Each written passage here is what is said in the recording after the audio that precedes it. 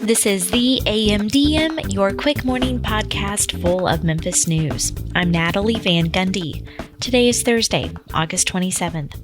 The parent company of Facebook and Instagram agreed to pay $17 billion in a settlement over teen social media addiction, and Tennessee is getting a big cut.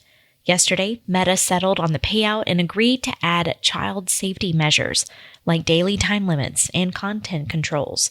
Tennessee was one of 47 states suing Meta over safety concerns, and the state will get $750 million from the settlement for a new fund aimed at protecting children's mental health. The University of Memphis Cecil C. Humphreys School of Law is getting on the AI bandwagon. The law school is launching the Delta Institute for AI and the Law, aka DIAL, to help lawyers understand how AI can be used in the legal world and how to adapt to the new tech. And in a sort of reverse student-teacher setup, the Institute's new legal lab will have law students teaching veteran attorneys how to use AI. The second ouster attempt of Shelby County Clerk Wanda Halbert is being dismissed with less than a week left in her term. As part of that dismissal, the county will have to pay Halbert's legal fees. Halbert leaves office on Monday at the end of her second four-year term, with Clerk-elect Lasagna Hall taking office the next day. The county's argument in both tries to remove Halbert from office was she had willfully neglected her duties. Neither complaint alleged criminal misconduct. Shelby County is expanding local law enforcement capabilities by rolling out rapid DNA technology.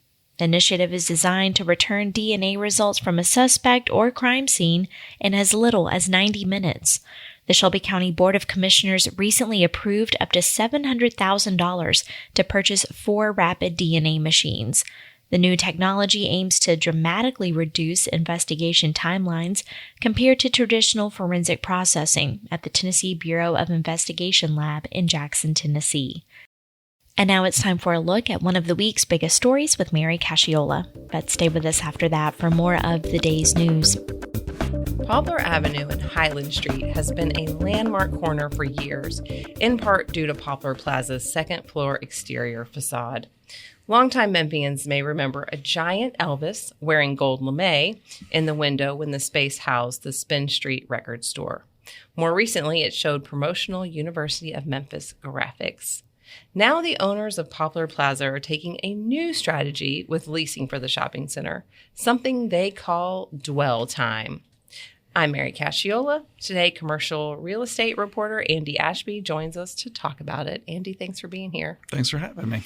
Okay, so this is an exciting time for Poplar Plaza. But first, let's talk about Poplar Plaza. What can you tell us about it? How old is it? How big is it? Why do we need to know about it? It's pretty old and pretty big. It has a really interesting history when it comes to retail real estate. It was built in the 1940s, and it was one of kind of the beginning of retail real estate heading east. Okay. It was, some sources called it one of the first suburban shopping centers in the entire country, actually. Really? I didn't know that. Yeah. Very interesting. In the late 40s it was built. Lowenstein was the main one. They were a department store downtown. They used to be in Brinkley Plaza, which is a building I used to work at. Then they built that big white tower, Lowenstein Tower at Court Square. But then in the 40s, they decided they wanted to be out east and follow the suburbs, as it were. So basically, they did one called Lowenstein East, and it was really known for a lot of things. Number one, the display, which kind of mirrored what they were doing downtown, that traditional department store type of real, display. And then they also had a lot of parking spaces. They were making a big deal that they had 125 parking spaces. I do love a lot of parking spaces. Sure. When needed. Yes. Well, you and a lot of other retailers, So wait, is that like the thing that is at the corner of Poplar and Highland, like the thing where Elvis was? Yeah. Does that date back to the department store, or is that not the same thing? I believe it is. Really? Yeah. Okay, amazing. Yeah. So that was the hard corner. That's what it was kind of known for, and then it's been kind of developed around that a little bit. But But yeah. Because otherwise that thing doesn't make sense. Yeah. Right? I mean, I guess, it could if you want to be, it kind of falls in that old world way of just, making a big show. Yeah. I mean, you have those high traffic counts on Poplar and Highland, so you want to be seen. So it makes sure if you're, going to open up your big suburban thing, you want it to be as visible as visible as possible. Possible. Yeah, possible on Poplar. Yes. Good luck. Yeah. But yeah, no, I mean, it is very visible, but you don't see a lot of that type of signage in other shopping centers. Yeah, you really don't. Okay, well, let's talk about what else you don't see in other shopping centers. What are they trying to do now? Like, if I look at Poplar Plaza, how is it different from the shopping center that's like across the street where the A-Tan is or the Chukis? Like, what are they trying to do? Well, I mean, one thing, it's a lot larger. It's 352,000 square feet. With, large tenants like Kroger and Petco, more of these national ones. So it's definitely more visible. One thing that they're trying to do is focus a little more on experiential tenants that lead to more of what we kind of talked about, dwell time. Yeah. And that appears to be kind of a national trend among a lot of property owners. I mean, one of the reasons for this is just online shopping.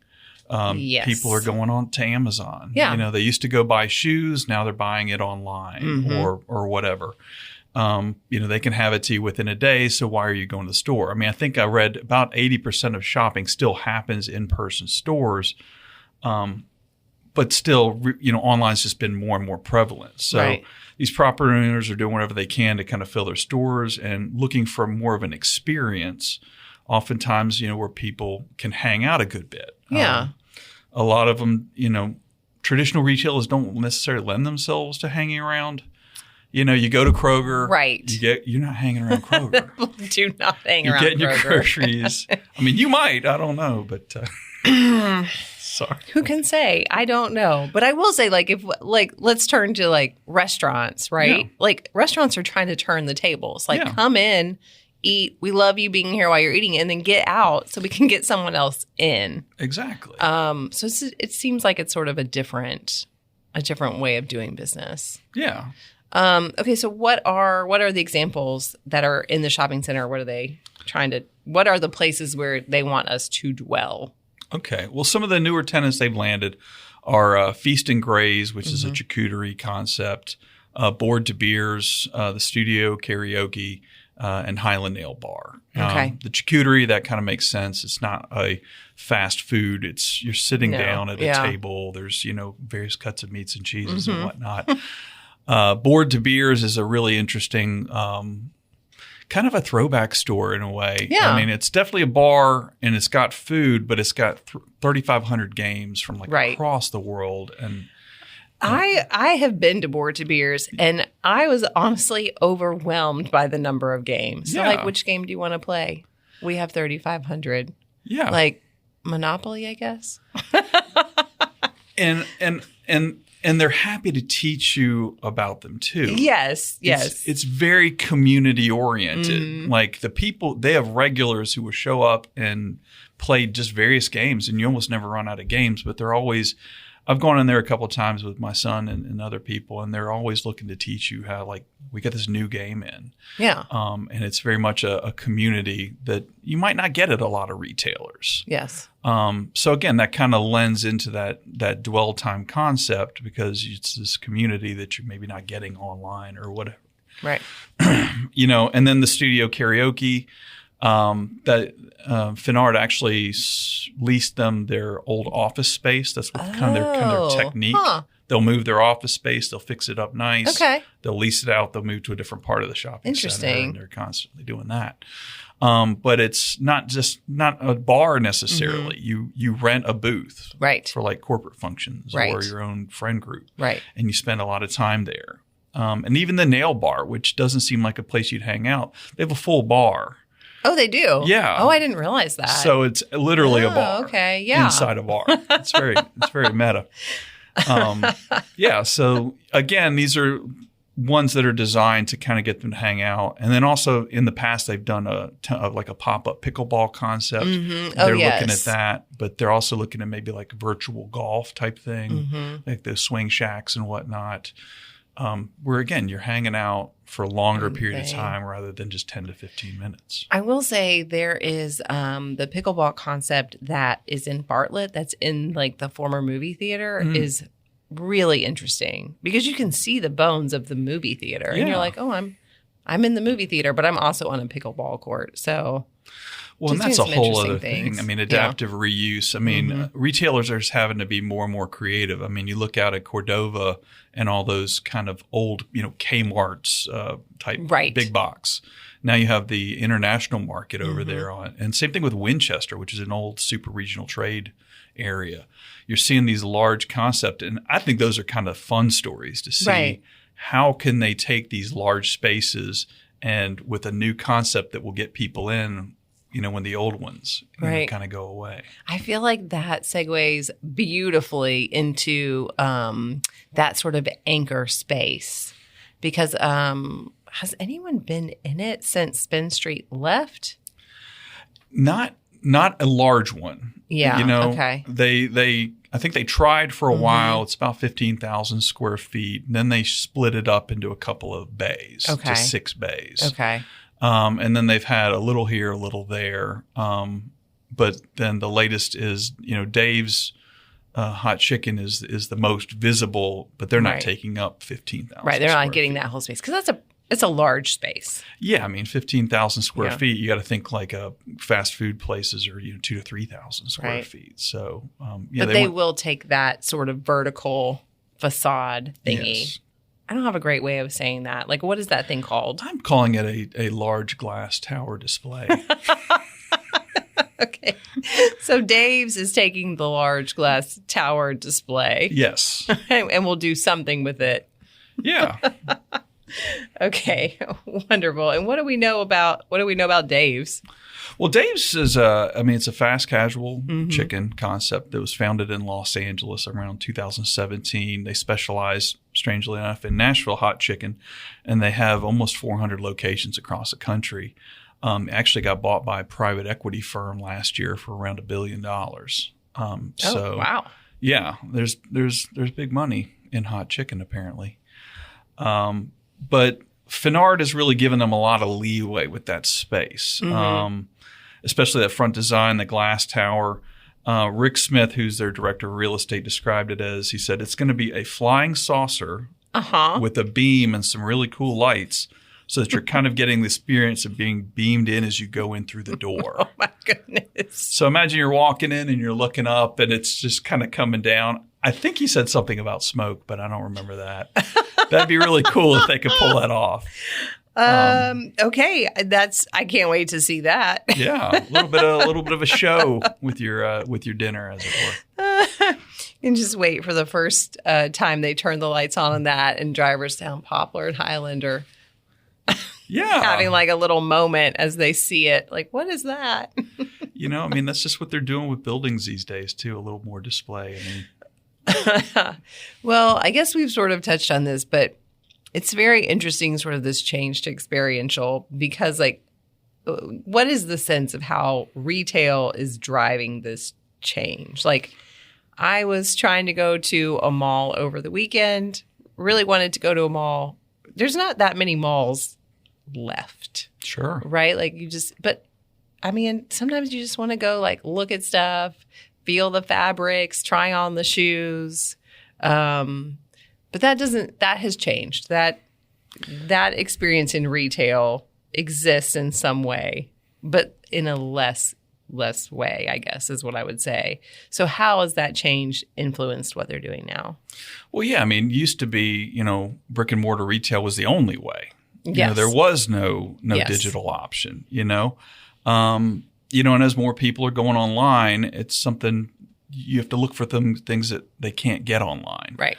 Also, I guess a lot of retailers are counting on people getting digital fatigue. I mean, you can't just stare at a screen all day without having to, touch grass, as my 15-year-old would say. You need to go touch grass. Yes. Yeah.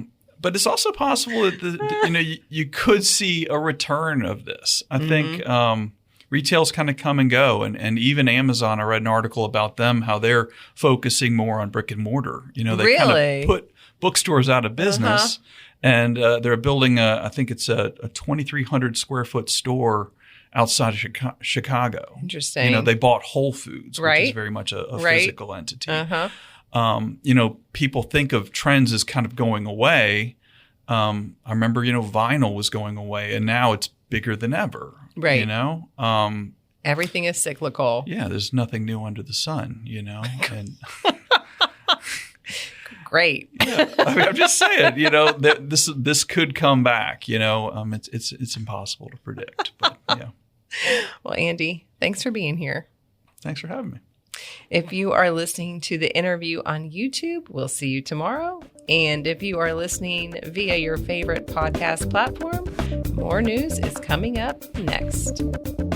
Some restaurants in Memphis lost up to $20,000 in revenue over the weekend due to power outages. Sophia Surratt says at the height of the outages, about 140,000 MLGW customers lost power. Pete and Sam's manager, J.D. Sloyan, said they lost up to $20,000 in revenue since they were set for a really busy Saturday night.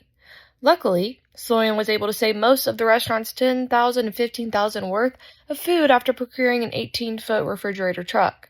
Bain Barbecue's owners Bryant and Heather Bain had to toss about $2,000 worth of spoiled products from their Germantown location's walk-in freezer. Bryant Bain said the couple was thankful it wasn't their Cooper Young location, where they store all of their raw meat, and would have been about $100,000. For the Daily Memphian, I'm Sophia Surratt. Germantown's Board of Mayor and Aldermen is moving forward with a bond to fund some Houston High upgrades and renovation of the Germantown Athletic Club's indoor pool. Abigail Warren says city leaders unanimously approved the bond amount at $13.5 million on Monday. The funds for Houston High School will be used for renovating the cafeteria, front lobby, and some fine arts upgrades. Josh Cathy, deputy superintendent, said by upgrading the cafeteria and adding capacity, the district can have fewer lunch periods, which helps with scheduling. For the Daily Memphian, I'm Abigail Warren. That's the AMDM for this Thursday, August 27th. I'm Natalie Van Gundy. Find links to all of the stories mentioned in this episode in the podcast description. Listen and subscribe to this podcast anywhere you get your podcasts or on the Daily Memphian's website. You can also hear us on WYXR 91.7, where our local news stories air every weekday throughout the day. And don't forget to subscribe to our other weekly podcasts hosted by your favorite reporters, including Sound Bites with Holly Whitfield, The Sidebar with Eric Barnes, and the Daily Memphian Grizzlies podcast with Drew Hill and Chris Harrington. You can also sign up for our breaking news alerts and our mini weekly newsletters we offer by visiting dailymemphian.com/email. Thanks for joining us, and be sure to start your day here again tomorrow.